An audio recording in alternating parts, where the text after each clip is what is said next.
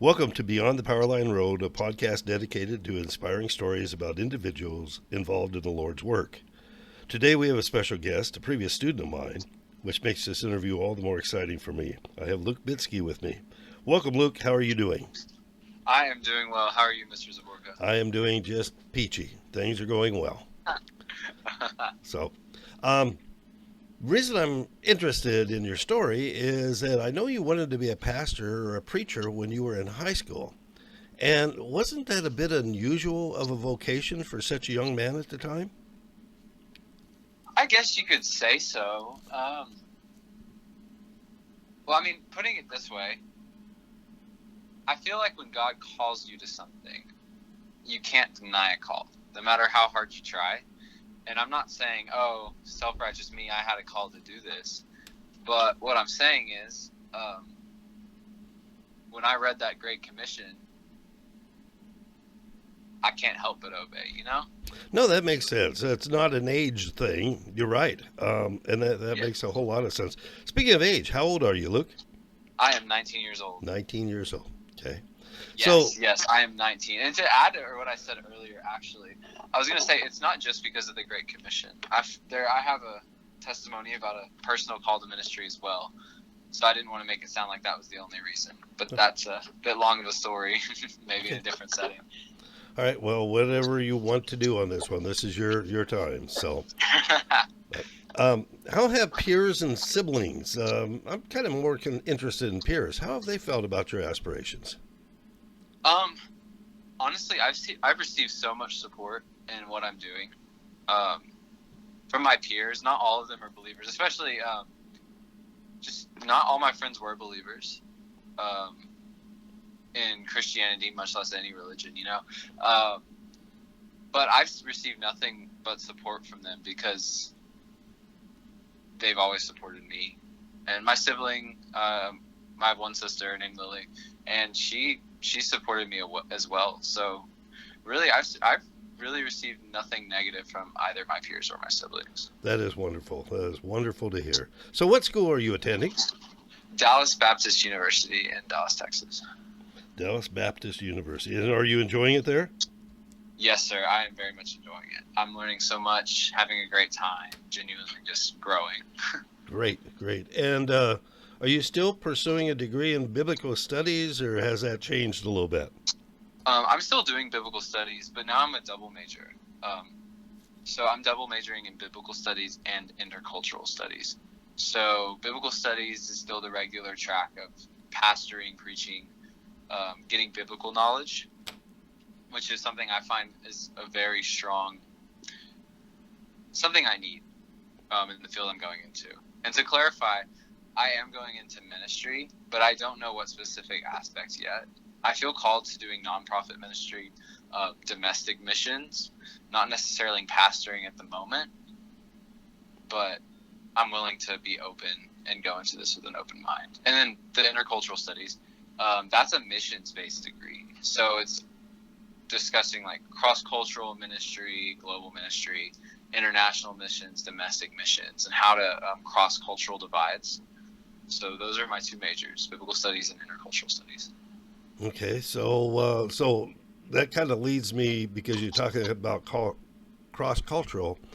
Are you looking at other than domestic ministries? Are you looking at a possibility of going overseas or something? That thought really hasn't crossed my mind much, and that's because I believe a big part of why I want to go into ministry is because I want to go into the parts of ministry that I feel are often ignored. And we often hear much about international missions and going overseas, which I think is beautiful and amazing, and I would go in a heartbeat if I felt called to. But I often see areas where I grew up near Bandera County, and then also here in Dallas, domestically, where so many people are being ignored or just not having their needs met. So I feel called to do domestic missions specifically. Good point. There's a lot of people lost everywhere in the world. So one doesn't have to go overseas just to seek and save the lost. So that's a good point to bring up that yes, Dallas people, Bandera people, you name it, they need the Lord. Um, so when are you expected to complete your college program? That is actually an interesting question because I'm not exactly sure yet. Right now, by the end of the semester, I'll have about 67 hours done Wow. of my bachelor's. But I'm going for a master's here at DBU. So I would say probably 2.5 more years. And that's kind of a fast line. It sounds to me very much of a fast track. It does sound like a fast track, but I came into college with a couple credits from San Antonio College, and I've just been on a roll here, I guess you could say. I'm very enjoying it. Not rushing it at all, Neat. but Okay. not slowing it down. So should I ask you how many credit hours you're taking this semester? 12. Oh, okay. Okay. So full time, I'm sure you're probably taking, you have those semesters where you wind up taking 15 and 18 and then 12 and 14 and just like a typical college student then. Yes, sir. And what I'm trying to do is I'm trying to split it up over some over the winter, some over the summer. I figure it's best to split it up over time instead of just lots, then a break, then lots, then a break. Okay, so you're talking over the summer. You're going to be doing it at summertime? I'll be taking about 6 hours in the summer. Nice. One online class, completely online, and then another class that meets once every 2 weeks. Okay, well, neat. Okay, so college, 2.5 years, possibly done. Does Dallas Baptist? 2.5 years from now. 2.5 years from now. Okay, I'm sorry. That's what I meant. No, I'm just clarifying because I figure it can be taken either way.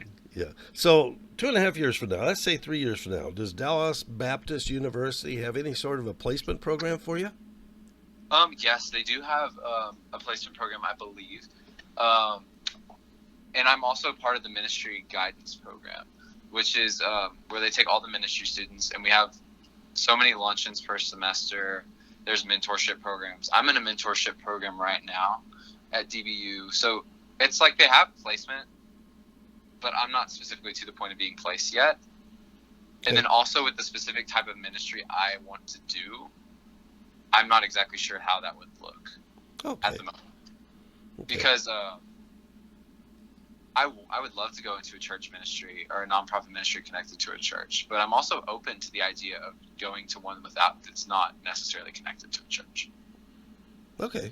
So you're talking about just something where it's and I'm going to refer to something that I know most people don't know about except Bandera County, but like Helping Hand is kind of a local ministry that helps people. Would it be something like that you might be interested in? To the extent that I know about Helping Hands, kind of. I don't know a whole much about Helping Hands, but I have heard of them. So, kind of. I would love to get into a Christian ministry. That's something I would love. But in the end, I really just want to really just be a part of something that's Christ-like to people and shows them love first and foremost. So that is wonderful. That is wonderful. You've always impressed me, Luke. I hope you knew that. Do you have any words of wisdom for any young men that might want to go and become evangelists that you can give us? Any words of wisdom? Well, first off, I would like to say I am only not even completely a year in Dallas here, so I wouldn't take my words as gospel by any means. But my words of wisdom would be listen and understand. To elaborate on that, I'd really just, what I've learned since coming to Dallas, with the specific people I've met, with the ministries I've interacted in, the ministries I've volunteered at, and my professors, I've learned it's very important to listen, because so many ideas about Christianity and about the gospel and about God in general that I possessed before I came to DBU have changed and matured. Ultimately, I believe that to be more Christ-like in my ideas. Not that I'm anywhere near him, but I would say listen to people you don't agree with, and try to put yourself in their shoes. That's a big part of the understanding, is to do your best to put yourself in someone else's shoes. That is people with different economic situations, people from different ethnicities, races, people even from different religions. Because if you try to do that, even though we may never succeed, it will bring you so much more wisdom and understanding. So that's my words.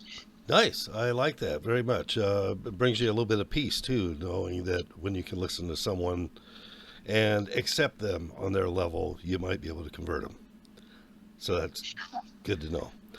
Yeah, and also I'd like to say, like, Go ahead. I would also say that in evangelism, because there's so many stigmas surrounding it, another word of wisdom would be love first. Yeah, good point. Because people often ask, what would Jesus do? And there's a big brand out there that'll say this too. But a lot of people say the answer is that he would love first. And I can't disagree. I actually wholeheartedly agree. And I honestly have found that that's the best way to change people's hearts. That is great, great information, great words of wisdom from such a young man, and I sure appreciate that. I hope you have a wonderful end of your semester here at Dallas Baptist, and I hope that it continues to go well for you. Luke, I sure appreciate having you on. Thank you. I appreciate you too, Mr. Zavorka. Thank you very much. All right.